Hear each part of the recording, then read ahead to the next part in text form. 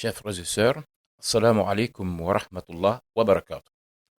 Notre thème du jour s'intitule le Ramadan, un fait social, politique et économique majeur de l'humanité. Voici venu le Ramadan après son sempiternel voyage cyclique dans la vallée des mois de l'année.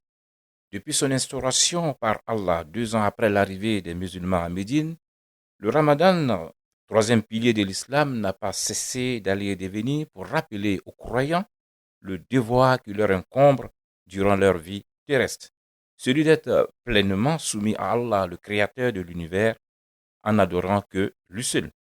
De fait, jeûner est un acte d'adoration qui demeure une constante depuis la création, comme le rappelle Allah dans son injonction au verset 183 de la sourate 2, la vache, je cite, ô les croyants, on vous a prescrit à Siam comme on l'a prescrit à ceux d'avant vous. Ainsi atteindrez-vous la piété. Fin de citation.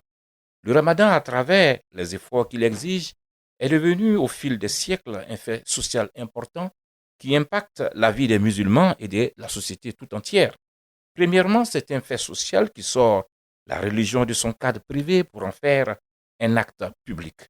L'intensification des prières, la privation volontaire de tout besoin physiologique d'une masse de la population, exécutée de façon synchronisée, impacte inéluctablement la société.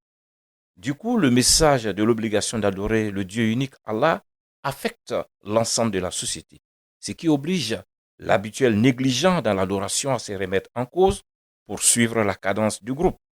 Quant aux non-croyants, bien qu'étant dans la résistance, son subconscient et sa conscience sont le siège permanent de multiples interrogations sur la justesse de sa position.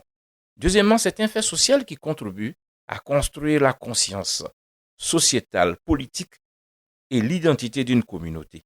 Des pans entiers de la vie quotidienne subissent l'observance du Ramadan. Ainsi, les restaurants restent dans la plupart fermés dans la journée, obligeant les opérateurs économiques du secteur à revoir leur agenda.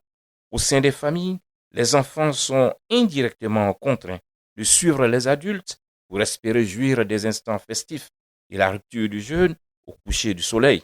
Bref, le Ramadan est un vecteur essentiel de prise de conscience, d'appartenance à une grande famille spirituelle et du devoir de l'adoration du Dieu unique Allah.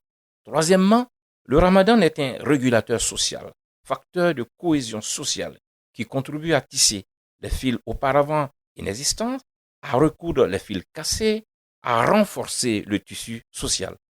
Tant cet espace de temps offre les meilleures opportunités de renforcement des liens de fraternité, d'amitié et de bon voisinage.